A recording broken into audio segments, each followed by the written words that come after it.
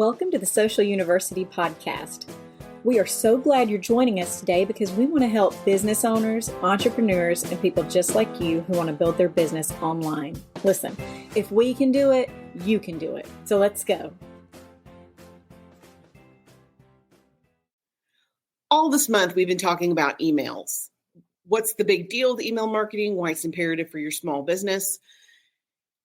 It is imperative for your small business. As you guys realize, if Facebook goes down tomorrow, do you have a way to contact your followers?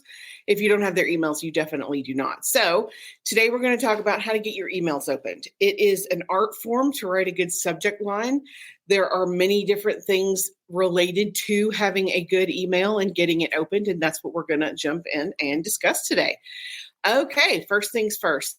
What's the open rate?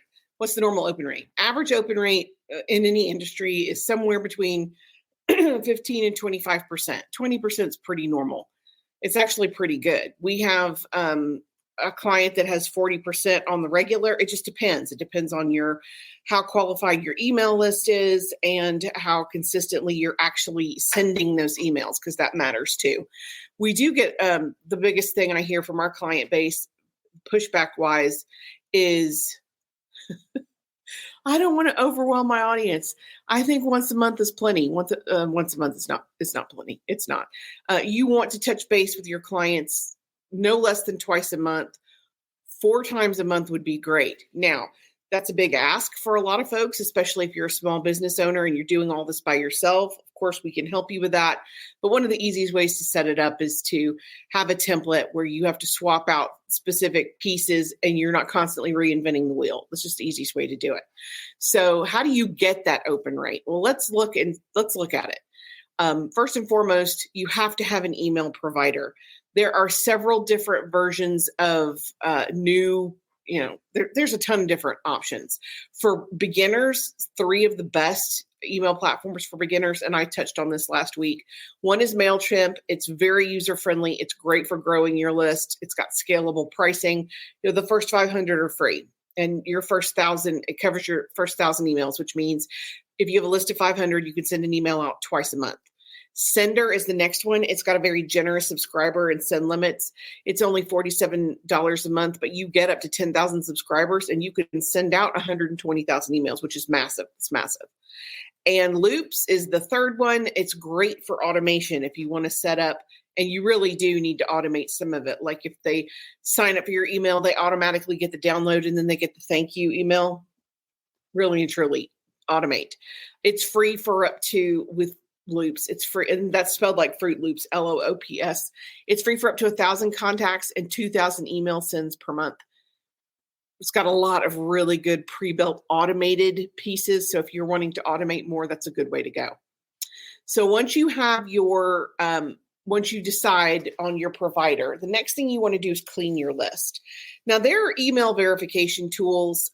We have a recommendation that's the most user-friendly for beginners, and totally just jumped right out of my head, but we will definitely have a link to it in our notes for this and on our blog. So if you want to go ahead and take a look at it. And what do I mean when I say clean your email list? People change emails, they close emails, they have bad email addresses. And there are folks out there that have had the same email for the last 20 years. If it's Yahoo or AOL, we just go ahead and remove it from the list because it's going to get tagged for spam. They have the worst spam filters. They're the most likely to tell you as a platform. Yahoo and AOL are the most likely to get tagged for spam. And I don't want to get dinged because 2 people have the same email they've had for the last 30 years. Unless they double opt in, I'm taking them off. It's just easier that way.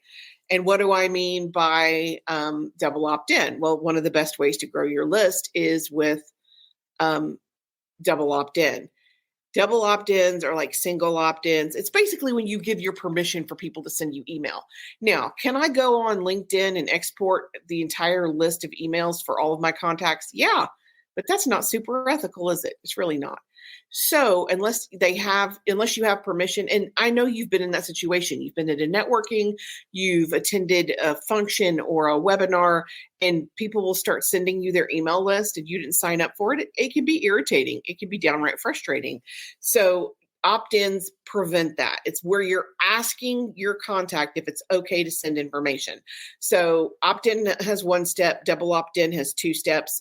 After the contact has submitted the form, they're sent an email, and then they have to open and click the link to secure the sign-up. That's a double opt-in. A single opt-in would be, hey, give us your email and get this cool free download. Very simple. I do single opt-in on our pop-up. So I think it's easier. People have so much going on. The easier it is for them, the more likely they are to do it. Just my 2 cents. You also want to be able to, again, in all of this, we talked about growing your email list last week. We're talking about getting opened this week, how to stop vanishing in inboxes and get those emails open.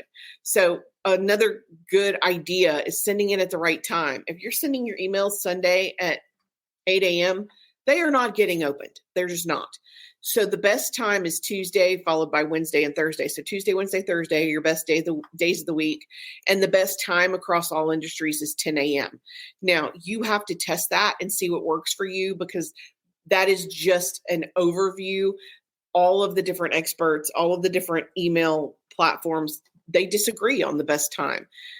Some say 2, some say 1. We have our best success between 10 a.m. and 2 p.m. regardless of industry. And we test that across, across multiple clients to make sure we're doing what works best for them.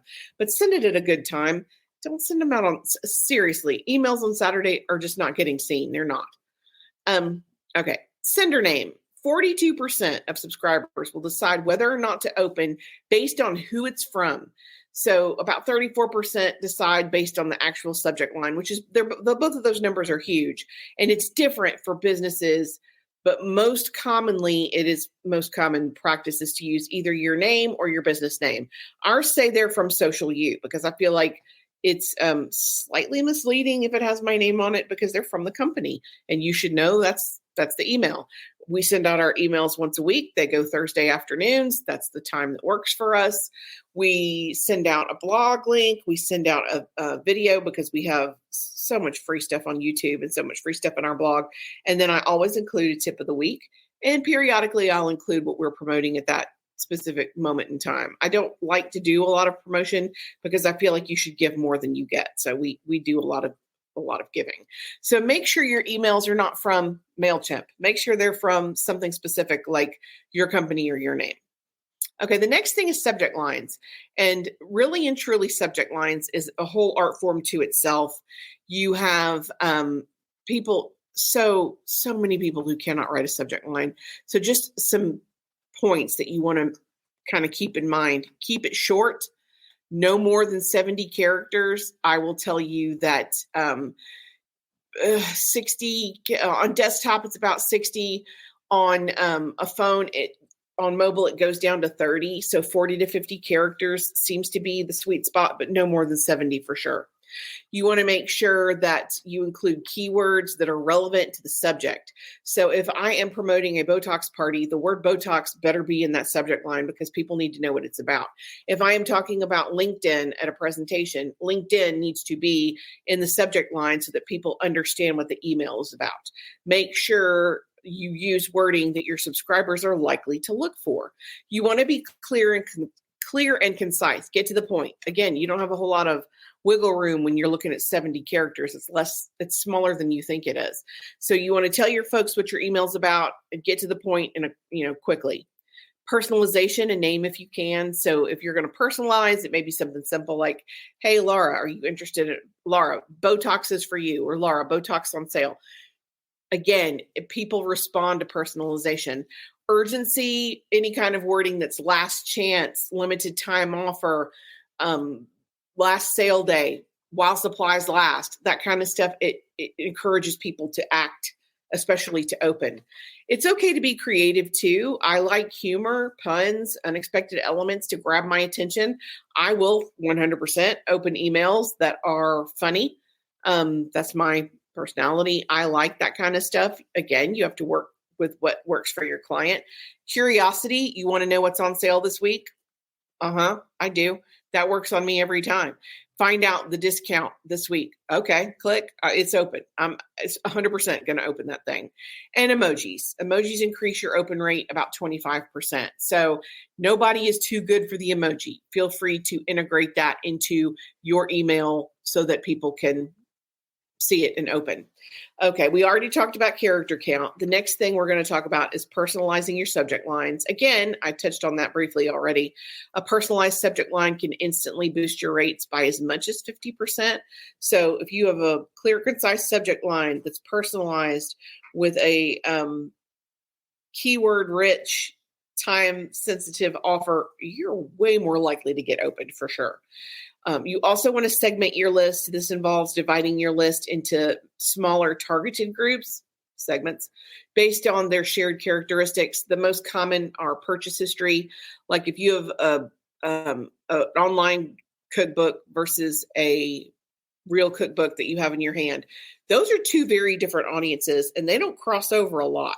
Your audience that wants the download is not likely to have the paper book, so you might want to segregate those audiences so you can optimize that. You want to sometimes another reason to segment those lists the last time they purchased, demographics like age or male, female, or where they live, locations. Especially is relevant if you have a brick and mortar business. If you have something that's going to only be at your Hoover location, tell your Hoover audience. And then another one is the time since they last opened. So if you have a very up-to-date list, that might be a different list than people who only open sporadically. Okay. Something that people really tend to forget is resending to non-openers. When you resend it with a different subject line, you are much more likely to get engagement the second time around. That sounds a little crazy, but it's true. So if you have a portion of your audience that's consistently not opening, send them a separate email. And then if they continue to not open, ditch them. It's better for your stats. You don't want to annoy them. If they're not opening, they don't want it from you. You might send them a farewell. We call it the breakup email. Looks like we're not a good fit for you. If you want to continue to receive these, click here. That's a double opt-in. That way, you know they want to continue to see the emails. But if they don't want to see them, don't make them see them.